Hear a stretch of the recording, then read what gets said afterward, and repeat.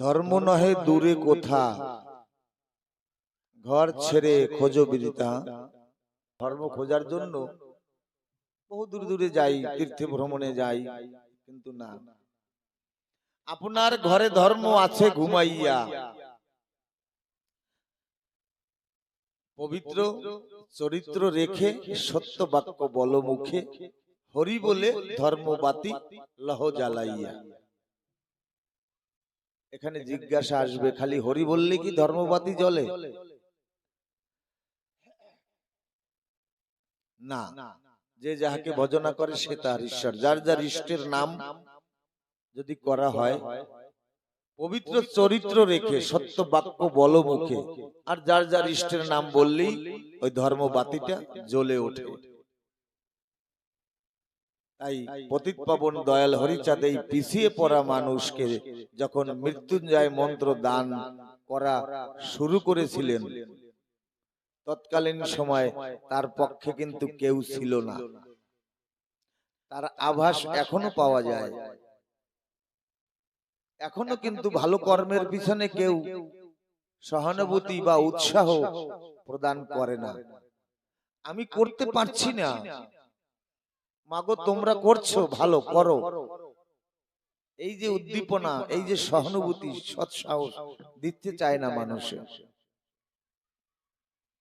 তাই তখনকার দিনে ঠাকুরের পিছনে কেউ ছিল না। কারা ছিল? আমার এই দ্বাদশ পাগলরাই মাত্র ছিল। এখনো এই লীলামৃত্যুর জন্য যে সকল ভক্তবৃন্দরা কায়মন বাক্যে পরিশ্রম দান করেছে, তারা হয়তো চর্মচোখ দিয়ে দর্শন করতে না পারলো, কিন্তু এই পাগলরাই কিন্তু তাদের মস্তকের উপরে আশীর্বাদ হয়ে, কল্পবৃক্ষ হয়ে তাদের শক্তি বা প্রেরণা জুগিয়েছে। হয়তো এই সামান্য আমাদের দ্বারা সম্ভব না এই মহতী অনুষ্ঠান পরিবেশন করা বা ব্রডকাস্ট করা। তাই বিরোধীরা হরিচাঁদকে পূর্ণ শক্তি জুগিয়েছে।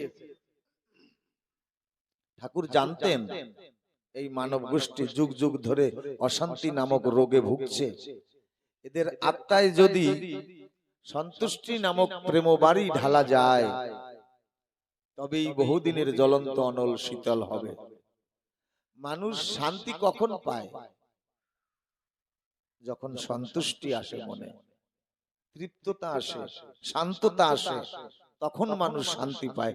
নচেত অযথা খালি শান্তি শান্তি বলে কান্না বা প্রচেষ্টা করা ব্যর্থই মাত্র। মা লক্ষ্মী কমলা ঠাকুরকে জিজ্ঞাসা করছে, ক্ষীরোৎপত্তি স্বয়ং বিষ্ণু যিনি, ওনাকে জিজ্ঞাসা করে, ঠাকুর সকল ভক্ত তোমার চরণে প্রণাম করে, তুমি সবাইকে কি দাও?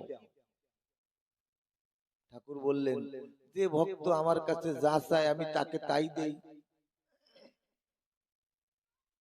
কিন্তু ঠাকুর বললেন, আমি সবাইকে সবকিছু দেই, মাত্র একটা বস্তু আমি লুকিয়ে রাখি। সেটা হলো কি? তা হলো শান্তি। কোন ভক্ত যদি আমার পদে মাথা নত করে, আমি জিজ্ঞাসা করি, কি ধন চাও? ভক্ত কিন্তু এই পার্থিব জগতের সুখ চায়। রোগ আরোগ্য করে দাও, ধনং দেহি ধন দাও, যশং দেহি যশ দাও, ধন মান যশ সব দাও আমাকে। কিন্তু কোন ভক্ত ঠাকুরকে বলে না, ঠাকুর আমাকে একটু প্রেম ভক্তি দাও, কিঞ্চিৎ প্রেম ভক্তি দাও। তাই কোন যে ভক্ত এসে আমার কাছে জিজ্ঞাসা করে, ঠাকুর তোমার এই দুই চরণে আমরা মাথা নত করি, ঠাকুর বলে, হ্যাঁ বলি, তোমাদের বরাবরই এক চরণের তলে লুকানো থাকে মাইক জগতের, পার্থিব জগতের যত চাওয়া পাওয়া। তাই যে ভক্ত যা চায় তাকে তাই দেয়। কিন্তু অন্য পায়ের তলে আমার লুকানো থাকতে, কোন ভক্ত যদি সকল কিছু হেরে দিশাহীন হয়ে, কুলহারা হয়ে আমার এই চরণে মাথা নত করে যদি কেউ চায় ঠাকুর আমাকে একটু প্রেম ভক্তি দাও, একটু শান্তি দাও, আমি তখন তাকে সেই শান্তি প্রদান করি। মা কমলা, মা লক্ষ্মী বলছে, তাহলে সকলকে শান্তি কেন দাও না? ঠাকুর বলছে, না, সবাই এর অধিকারী নয়। যে ভক্ত আমার কাছে কিছু নাহি চায়, ভক্তি ডোরে বেঁধে সে ভক্ত আমাকে না চায়। যে ভক্ত আমার কাছে কিছু নাহি চায়, কিচ্ছু চায় না, কিন্তু প্রেম ভক্তি চায়, যদি প্রেম ভক্তি তিলার্ধ মাত্র কোনো ভক্তকে দেই, তৎক্ষণাৎ সেই ভক্ত ওই প্রেম ভক্তির ডোরে বেঁধে আমাকে না চায়, আমাকে ঘুরায়। তাই এই প্রেম ভক্তি দেবার তরে আমার ঠাকুর এসেছিল। সারাদিন আমরা হরিনাম করি, সারা রাত হরে কৃষ্ণ গাই, কোনো লাভ নাই। তার কারণ নামে প্রেম যদি মিশ্রিত না হয়, সেই নামে নামই অবতরণ করে না, নাম আসে না। যারা এক নাম করে, মহানাম করে, তারা কিন্তু নামের সাথে প্রেম যখন মিশ্রিত করে, তখন অনাদির আদি গোবিন্দ কিশোরীকে নিয়ে যুগল বেশে তখন ওই আসরে এসে দাঁড়ায়। তখন ওই নামের সঙ্গে সঙ্গে নামি এসে আসরে অধিষ্ঠান হয়। তখন প্রেমের বন্যা যমুনা গঙ্গা সরস্বতী প্লাবিত হয়ে যায়। তাই প্রেমের সহিত নাম যদি করা হয়, তাহলেই নামের মধ্যে নামি নামে। এই প্রেম দেবার তরে আমার হরিচাঁদ ঠাকুর এসেছিল এই চরাচরে। পতিত পাবন দয়াল হরিচাঁদ জানতেন যুগ যুগ ধরে এই মানব গোষ্ঠী অশান্তিতে ভুগছে। তিনি ভেবেছিলেন এই পতিত পাবনী গঙ্গা কিভাবে প্রবাহিত করা যায়। ঠাকুর বললেন, যশমন্ত পুত্র আমি, নাম হরিচাঁদ, এবার করিব যত পতিত আবাদ। পতিত আবাদ জন্য আশায় দেশেতে, কি ফল ফলিবে টের পাবি ভবিষ্যৎ। এই প্রেমের প্রদীপটা কেমন? যদি অজ্ঞানতার অন্ধকারে জ্বালানো যায়, তাহলে মায়ায় শৃঙ্খলিত কলির দ্বীপ পরমাত্মার সন্ধান পাবে। শ্রী লীলামৃত এই জ্ঞানের প্রদীপ জ্বালানোর একটা সিদ্ধান্ত দিয়েছেন। আসুন, এখানে সাধুগুরু বৈষ্ণবজন প্রেমের হাট বসেছে, সবাই মিলে একটু এই প্রেমের হাটে কেনাকাটা করি। কি কি লাগে এই প্রেমের প্রদীপটা প্রজ্বলন করতে? প্রেমের প্রদীপ এমনি প্রদীপ তো তেল সলিতায় জ্বলে, কিন্তু এই জ্ঞানরূপী প্রদীপটা প্রজ্বলন করতে কোন কোন বস্তুর দরকার পড়ে, সেই এই সাধুগুরুর প্রেমের বাজার থেকে আমরা সেই বস্তুগুলো কেনাকাটা করব। সত্যাধারম তপস্যা তৈলম, দয়াবর্তিক সমাসিখী, অন্ধকারে প্রবেষ্টিতম, দীপ প্রজ্বলিতম। সত্যাধরম তপস্যা তৈলম অর্থাৎ সত্যের আধার হবে, সাধন ভজন রূপী তপস্যার তেল হবে, আর দয়া বিনম্রতার বাতি হবে, তারপরে ক্ষমারূপী সলিতা হবে। এইবার প্রদীপ জ্বালাও, দেখবে ওই জ্যোতিতে চিত্ত গুহার অন্ধকার দূরীভূত হবে। আমার মনে রয়েছে অন্ধকার, প্রদীপ জ্বালিয়ে ঠাকুরকে আরতি করি, ঠাকুরকে উজ্জ্বল করি, তাতে কোনো লাভ হয় না।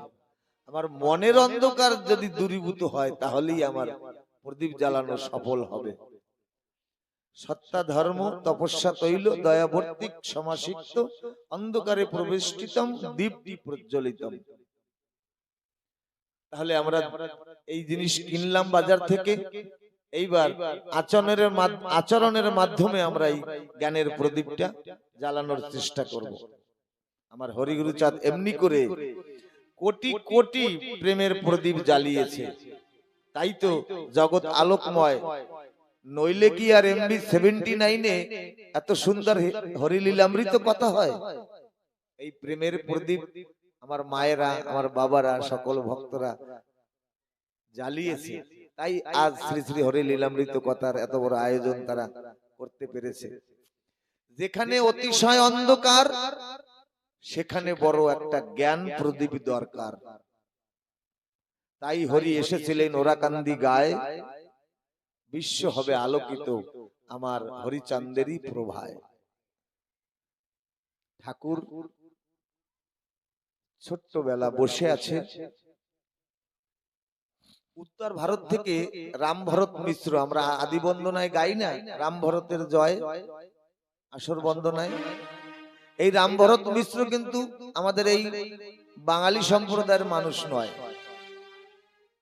সুদূর অযোধ্যা থেকে এসেছিলেন এই রাম ভরত মিশ্র।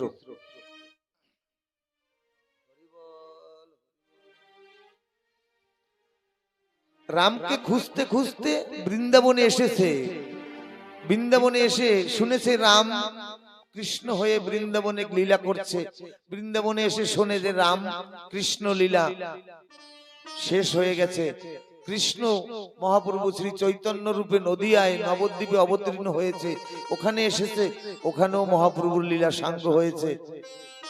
ওই রাম ভরত মিশ্র তখন হতাশ হয়ে কান্না করছে, হে হে রাম, তোমার দেখা কি পাবো না? তখন বাংলাদেশ থেকে একজন ভক্ত কায়স্থ পরিবারের, নাম রসিক সরকার ছিলেন, উনি তীর্থ ভ্রমণে আসেন, ওনার সঙ্গে যখন ওই রাম ভরতের সংমিশ্র হয় বা দেখাশোনা হয়, তখন ওর সংস্পর্শে রাম ভরত মিশ্র বলে, তুমি কোন দেশের মানুষ? রসিক সরকারকে বলে, তুমি কোন দেশের মানুষ, কার মানুষ? রসিক সরকার বলে, কেন?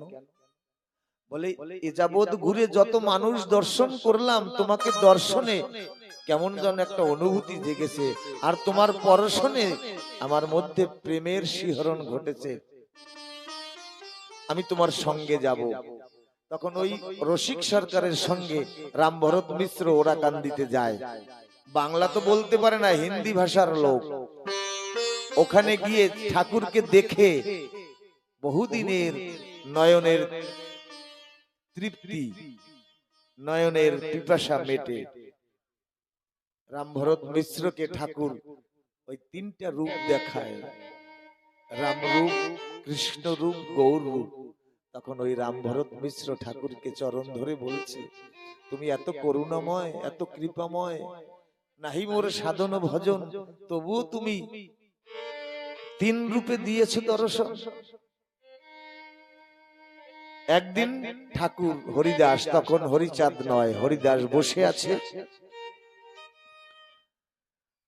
ওই রাম ভরত মিশ্র জিজ্ঞাসা করলেন, ও ঠাকুর, ত্রেতায় রাম শক্তিতে ভজনা করতেন, দাপরে কৃষ্ণ শক্তিমান,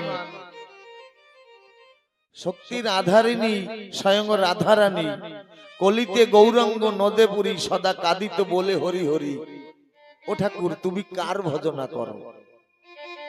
ওই রাম ভরত মিশ্র ছোট্ট হরিদাসকে বলছে, ত্রেতায় রাম শক্তির জন্য দুর্গাকে ভজনা করতেন, তপস্যা করতেন, পূজা করতেন। দাপরে কৃষ্ণ তার শক্তির আধারিণী, শক্তিমান কৃষ্ণ ছিল, কিন্তু সেই শক্তির আধারিণী ছিল রাধারানী, তার সেবা করতেন। মহাপ্রভু হরি বলে দাঁড়ে দাঁড়ে কাঁদতেন, কিন্তু ঠাকুর তুমি কার ভজনা করো? ঠাকুর রাখিতে ভক্তের মান। ঠাকুর কি ব্যাখ্যা দিল? ঠাকুর বললেন, আমি বৈষ্ণবের সন্তান, সবার উপরে বৈষ্ণবের স্থান। যশোমন্ত বৈরাগী শুদ্ধ নিষ্কিঞ্চন বৈষ্ণব ছিলেন। আমার হরিদাস ঠাকুর বললেন, তখন হরিচাঁদ নয়, ছোট্ট হরিদাস বললেন, আমি বৈষ্ণবের সন্তান, সবার উপরে বৈষ্ণবের স্থান। রহিদাস মুচি হলো তার প্রমাণ। কেমন প্রমাণ? 12,000 মুনি ঋষি সেবা করলো, স্বর্গে ঘন্টা পড়লো না। রোহিদাস মুচি যখনই প্রসাদ পেল তখনই প্রফুল্লিত হলো মনটা, আর স্বর্গ রাজ্যে পড়লো ঘন্টা। এখানেই প্রমাণ হয় বৈষ্ণবের আসন সবার উপরে। শ্রী হরিচাঁদ ধরা এলো 1218 সালে 29 ফাল্গুন মধুকৃষ্ণা ত্রয়োদশীতে। জন্মমাত্র পরিচয় দিলেন, আমি হরি, আমি হরি, আমি হরি। ঠাকুরের বাল্যকালে পিতা যশোমন্তকে দেখতেন বকুল গাছ তলায় বসে নাম জপ করতেন। ঠাকুরের যিনি পিতা ছিলেন যশোমন্ত বৈরাগী, দেখতেন একটা বকুল গাছ তলায় বসে চোখ বন্ধ করে হরি নাম করতেন। মনে মনে ভাবলেন, বাবা বকুল গাছ তলায় বসে কার ভজনা করে? বাবা একদিন বাড়িতে নাই, মনে হয় হরিচাঁদ ঠাকুর মনে মনে বলছেন, বাবা একদিন বাড়িতে নাই। মনে মনে ভাবলেন, বকুল তলায় বসে আমি দেখতে চাই। বকুল তলায় বসলেন, যবে নয়ন বন্ধ করিল, মার্তণ্ডের তাপ এসে ঘিরিল।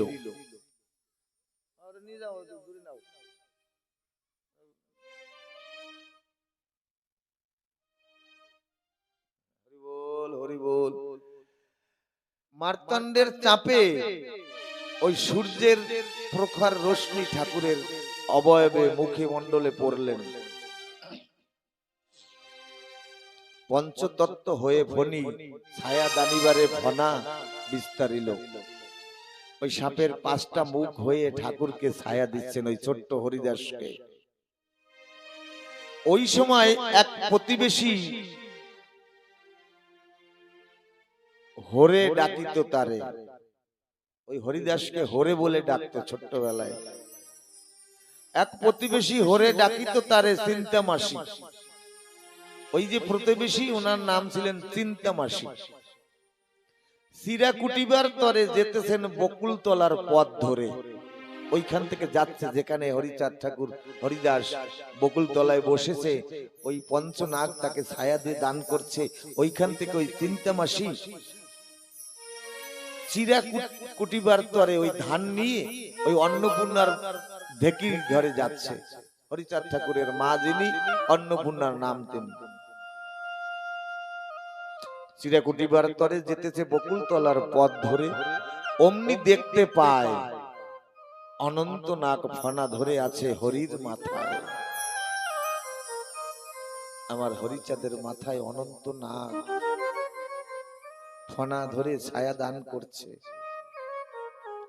যখন ঠাকুরকে হরে হরে বলে ডাকতে, সেই সময়ের কথা। চিন্তামাসি হাতের ধামা পড়ে যায়, দৌড়ে এসে মাতা অন্নপূর্ণাকে কয়। ওই দৃশ্য দেখে যে একটা ছোট্ট বালকের মস্তকে অনন্ত নাগ 5টা ফনা তুলে তাকে ছায়া দান করছে, এ তো অলৌকিক লীলা। এ তো শুধু কাব্যে, শাস্ত্রে, গ্রন্থে, গল্পে, কল্পনায় শোনা যায়, সচক্ষে তো দেখা যায় না কখনো। চিন্তামাসির হাতের ওই ধানের ঝুড়িটা পড়ে যায়, দৌড়ে এসে অন্নপূর্ণাকে কয়, ও দিদিল দেখছে আয়, তোর ছেলে তো মানুষ নয়। ওই রূপ দেখার পরে চিন্তামাসির নয়ন ঝরে। অন্নপূর্ণা মাকে বলে, দিদিল দেখছে আয়, তোর ছেলে তো মানুষ নয়। তোর ছেলে হরে যেজন, বকুল তলে বসে সেজন, চক্ষু বুঝে ধ্যানে মগন, বসে আছে কি চিন্তায়। ঠাকুর এই জীবের জন্য চিন্তা করতেন। মহাপ্রভুকে শ্রীবাস জিজ্ঞাসা করলো, ঠাকুর তুমি এই কলির পাপাচ্ছন্ন জীব তরানোর জন্য এসেছো। তুমি রাত্রে যখন ঘুমাও, বোধ হয় তোমার মুখ থেকে লালা ঝরে। বলে কেন শ্রীবাস? বলে যে বালিশটায় তুমি মাথা দিয়ে শয়ন করো, বালিশটা সকালবেলায় দেখি ওর ওষারটা কাবারটা ভিজে যায়, জলে চুপ চুপ করে। আমি যখন ওকে নিংড়াই দেখি দরদর করে জল পড়ছে। আমার বোধ হয় তুমি বালকের মতন, ছোট্ট শিশুর মতন রাত্রে তোমার মুখ থেকে লালা ঝরে। মহাপ্রভু বলছে, না রে শিবাস, আমার লালা ঝরে না, আমি সারা রাত্র ঘুমাই নাই। কলির মায়ায় কবলিত মায়াচ্ছন্ন জীবের জন্য আমি হরি বলে কাঁদি। হে হরি, তুমি কতদিনে এসে এই জীবকুলকে উদ্ধার করবে? আমি সারা রাত্র নয়ন জলে ভাসি, সেই নয়নের জল গড়িয়ে গড়ে ওই বালিশের উপরে পড়ে, তাই ভিজে যায়। তাই আমার ঠাকুর বসেছে চিন্তায়, ধ্যানে মগন বসে আছে কি চিন্তায়। দিদিল দেখছে আয়, তোর ছেলে তো মানুষ নয়, তোর ছেলের কি রঙ্গ আছে, ও তার মস্তকে ভুজঙ্গ নাচে। তোর ছেলে না জানি কি রং জানে, কি তামাশা জানে, তার মস্তকে দেখ ভুজঙ্গ কেমন নৃত্য করছে। সেদিন যেমন কৃষ্ণ কালিয়া দমনে নৃত্য করেছিলেন, আজ ঠাকুরের মস্তকে তারা নৃত্য করছে, দোল দিচ্ছে। তার একটা নয়, আছে পাঁচটা পাঁচটা ফনা, দেখলে গায়ে কাটা দেয়। দিদিল দেখছে আয়, তোর ছেলে তো সামান্য মানুষ নয়। মাতা অন্নপূর্ণা হরিকে জড়িয়ে ধরে বলল, হরি তুই কে বল না হরি। ওই চিন্তা মাসি যখন অন্নপূর্ণাকে নিয়ে এসে দেখালো ওই দৃশ্য, বলল, হরি তুই কে? হরি বলল, আমি যবে ধরণীতে নেমেছি সেই দিনই তো সুতিকা গৃহেতে বলেছি, আমি হরি, আমি হরি, আমি হরি। তুমি হয়তো শোনোনি মা, অজ্ঞান অবস্থায় ছিলে তাই তুমি শুনতে পাওনি। ঠাকুর বললেন, আমি জগতে কাউকে চিনি নাই, একমাত্র চিনি মাতা পিতা আর রামাকান্ত গোসাই। যে প্রশ্ন করেছিলেন রাম ভরত মিশ্র, ঠাকুর তুমি কাকে ভজনা করো, তার উত্তর ঠাকুর দিলেন, আমি জগতে কাউকে চিনি নাই, একমাত্র চিনি মাতা পিতা আর রামাকান্ত গোসাই। এই জগতে যে আমাকে ধরে আমি তাকে ধরি, যে আমাকে ধরে না আমি তাকে ধরি না।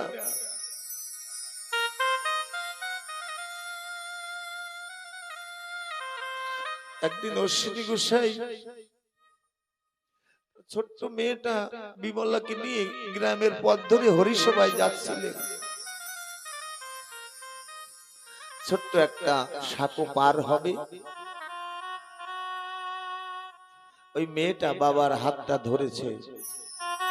যখন পার হতে যাবে তখন বাবার হাতটা ছেড়ে দিয়ে অশ্বিনী গোসাই বলছে, বাবা তুমি আমার হাতটা ধরো। অশ্বিনী কর্তা বলল, এই তো দিব্যি তুই আমার হাতটা ধরলি, কি ভেবে আমার হাতটা ছেড়ে দিলি? ছোট্ট মেয়ে বলছে, বাবা আমি মনে ভাবলাম আমি ছোট্ট মানুষ, কখনো ভুলের ঘূর্ণি ঝড়ে আমি তোমার হাত ছেড়ে দিতে পারি,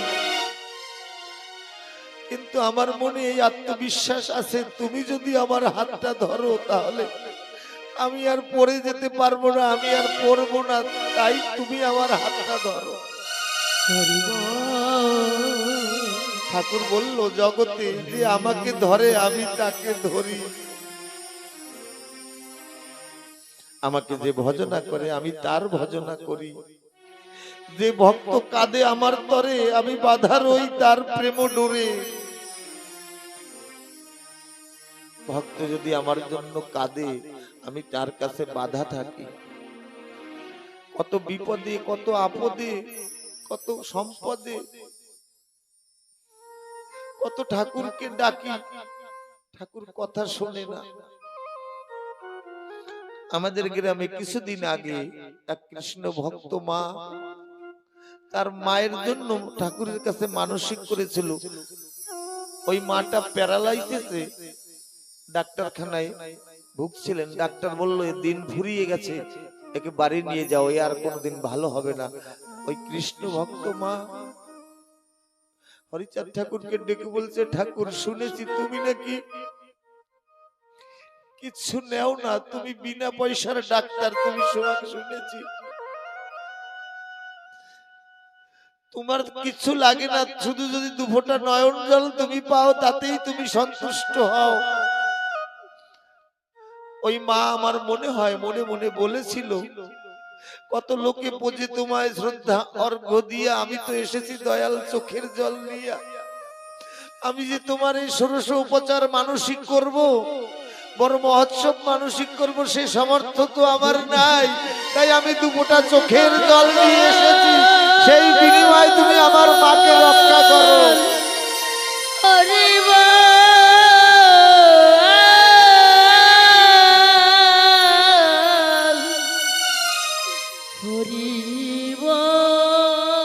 যে ভক্ত কাঁদে আমার তরে, আমি বাধা রই তার প্রেম ডোরে। সত্যি ওই মায়ের ডাক শুনেছে, কোনো গল্প কথা নয়, লীলা কথা নয়। সেই মা হরিসভা করলেন। ওই মায়ের যিনি মা ছিলেন রোগাগ্রস্ত, দিব্যি হাঁটা চলা করতে পারত, অবাক। যেখানে বিজ্ঞান কিংকর্তব্য বিমূঢ় হয়ে যায়, কোনো সিদ্ধান্ত খুঁজে পায় না, সেখানে আমার হরির কৃপা কাজ করে। ভালো হয়ে কদিন হেঁটে তারপরে এই কদিন আগে লীলা সম্বরণ করলেন, উনি দেশে চলে গেছেন, এই কদিন আগের কথা। তাই ঠাকুর বলল, যে ভক্ত কাঁদে আমার তরে, আমি বাধা রই তার প্রেম ডোরে। আমি ভক্তের বোঝা বই, ভক্তের হই রই, ভক্ত সুখী রাখিবার তরে। আমি ভক্তের বোঝা চিরকাল বই। আমি এই জগৎ সংসারে যে বড় মুটে, যে ভক্ত ভক্তি করে আমাকে বোঝা দেয়, আমি তার বোঝা বয়ে বেড়াই। জানি না কতটা বোঝাতে পারলাম। ঠাকুর অন্য কোন দেব দেবীর ভজনা করতেন না, ঠাকুরের অনুগামী যারা তাদেরই ঠাকুর ভজনা করতেন। কোন যুগে এহেন প্রাঞ্জল লীলা শুনি নাই আমার হরিচাঁদের লীলায়, যা আমরা দেখতে পাই। ঠাকুর বললেন, আমি কোন ঠাকুরকে ডাকি না, কাউকে ভজনা করি না, আমি ভজনা করি আমার ভক্তের। পরম দয়াল এইবার যারা ঠাকুরকে মানতে চায় না বা জানতেও চায় না, তাদের কি ঠাকুর কৃপা করবেন না? করবেন। এখানে হরি শব্দের বিশেষত্বটা জেনে নেব আমরা সকলে। হতে হরণ করে যত পাপ রাশি, রীতে দূর হয় রিপু সব নাশি, রীতে রিপু সব হয়ে যায় নাশি। খালি হরি নাম উচ্চারণ করলে হবে, সব পাপ রাশি দূরে হয়ে যাবে। বোতে লাভ হয় প্রেম ভক্তি উচ্ছ্বাস। আমরা যে হরি বলি, বোতে লাভ হয় প্রেম ভক্তি উচ্ছ্বাস, লতে লভে জীব নিগুড় প্রেম রস। এই চারটা অক্ষরের এই ভাবার্থ তাৎপর্য। হতে পাপ রাশি হরণ হয়, রীতে রিপু নাশ হয়, বোতে প্রেম ভক্তি উচ্ছ্বাস ঘটে, আর লতে নিগুড় প্রেম আস্বাদন হয়। এ হলো হরিবোল কথার অর্থ। এইবার আমরা হরিনাম করব, হরিবোল বলবো, হরিকে পাওয়ার জন্য নয়, আমার জন্য। আমার এই চারটা বস্তু আমি প্রাপ্ত হব, হরি বলবো। যে কেউ হরিবোল বলতে পারে, একজন আদিবাসী ভাই, একজন মুসলমান, একজন খ্রিস্টান, যে কেউ হরিবোল বলতে পারে। বুঝিয়া ভজন করে যেই জন, হরি কৃপা অন্তে পায়। হরিচাঁদকে মানতে বলি না, বুঝে যে ভজন করে অন্তিমে হরি কৃপা অবশ্যই সে পাবে। হরিচাঁদকে মানতে বলি না, দর্শন মানলেই হবে। ঠাকুর বললেন, আমাকে মানার দরকার নাই, আমি যা বলেছি সেই কথাটা মানলেই আমাকে মানা হবে। অনেকে আমরা বলি না গুরুদেবের আমি অমুক গুরুর শিষ্য, অমুক গুরুদেবের সঙ্গে আমি 14 বছর ছিলাম। কোনো লাভ নাই বন্ধু। গুরুর বিছানায় 14 বছর শুলে কোনো কৃপা নাহি কোনো কালে মেলে, যদি গুরুর বাক্য না আসে মেনে চলে। আসলে এমন অনেক ভক্ত আছে যে গুরুর বাক্য মেনে তারা গুরু পদে গুরু ভাব সলিলে তারা জীবন ঝাঁপ দিয়েছে। শুধু ঠাকুরের কথা মানলেই হবে। যদি তার আজ্ঞা মানা যায়, কখন হরিবোল উচ্চারণ হবে নিজেও জানতে পারবে না। শুধু এই আজ্ঞা যদি মানতে পারি, অটোমেটিক কীর্তন হচ্ছে। আমি সৎসঙ্গ ঠাকুর অনুকূল চন্দ্রের দীক্ষিত, কোনো বাধা নাই। ওই হরিনাম শুনতে শুনতে শুনতে শুনতে কখন জয়গুরু থেকে হরিবোল হয়ে যাবে আমি নিজেও জানতে পারবো না। আমি হরে কৃষ্ণ বলা মানুষ, কখন ওই ডাঙ্কা কীর্তন শুনতে শুনতে হরিবোল হরিবোল উচ্চারণ হয়ে যাবে আমি নিজেও জানবো না। তাই অপ্রাকৃত দেহ বৃন্দাবন ধাম, জানে না রাধা কৃষ্ণ হতেছে মধুর নাম। শ্রীকৃষ্ণ যিনি কর্ষণ শক্তির দ্বারা জীবাত্মা আকর্ষণ করে, পরমাত্মার কাছে পাঠায়, পরমাত্মা জীবাত্মাকে হরিনাম দিয়ে অনন্তের সাথে মিলন করায়। তাই বৈষ্ণব কবি বললেন কৃষ্ণ নাম যে আমরা করি, কৃষ্ণ কর্ষণ শক্তির দ্বারা আত্মাকে আকর্ষণ করে, আকর্ষণ করে জীবাত্মা, এই পরমাত্মা জীবাত্মাকে হরিনাম দিয়ে, কৃষ্ণ কর্ষণ করে এই পরমাত্মাকে আকর্ষণ করে, এই পরমাত্মা এই জীবাত্মাকে হরিনাম দিয়ে অন্তরের সাথে মিলন করায়, আত্মা পরমাত্মার মিলন ঘটায়। তাই বৈষ্ণব কবিগান বললেন হরিনাম মহামন্ত্র করে অবহেলা, অন্য তন্ত্র মন্ত্র নিয়ে করে যারা খেলা, বুঝিবে তাদের পক্ষে বড়ই দুর্দিন, তাহারা কৃপার পাত্র নহে অতি দিনহীন। হরি বল আমার বলতেই হবে। আমি যা বলি না কেন সর্বান্তে করণে শেষে হরিনামই আমাকে ভবপার পার করে নেবে। এখানে অশ্বিনতন গাইলেন বললে হরি নাইকো দেরি, পার করে আপত্তি নাই, হরি নাম তরণী এলো ভাই, তরায় চলো ভব পারে যাই। হরিনামের মূল মাহাত্ম্য আমরা শ্রবণ করলাম। এইবার হরিচাঁদের দ্বিতীয় দর্শন আমরা একটু শ্রবণ করার চেষ্টা করব। জয় হরিচাঁদ, জয় গরুচাঁদ। হরিব হরি হরিব। মতুয়া দর্শনে ভালো কথা লিখেছেন আমার তারক গোসাই, শ্রীমৎ তারক গোসাই। এই সুন্দর সাম্যের বাণী আমি আজও কোনো গ্রন্থে পাইনি। সেই বাণীটা যে যাহাকে ভজনা করে সে তাহার ঈশ্বর, ভক্তি যোগে সেই তার স্বয়ং অবতার। যদি কোনো ভক্ত তারক গোসাইকে মানে তাহলে এই বাণীটাও মানে। এই বাণীটা যদি না মানা হয় তাহলে কাহারো ধর্ম মানা যায়, যদি এই বাণীটা, তাহলে কাহারো ধর্ম সে নিন্দা করতে পারে না।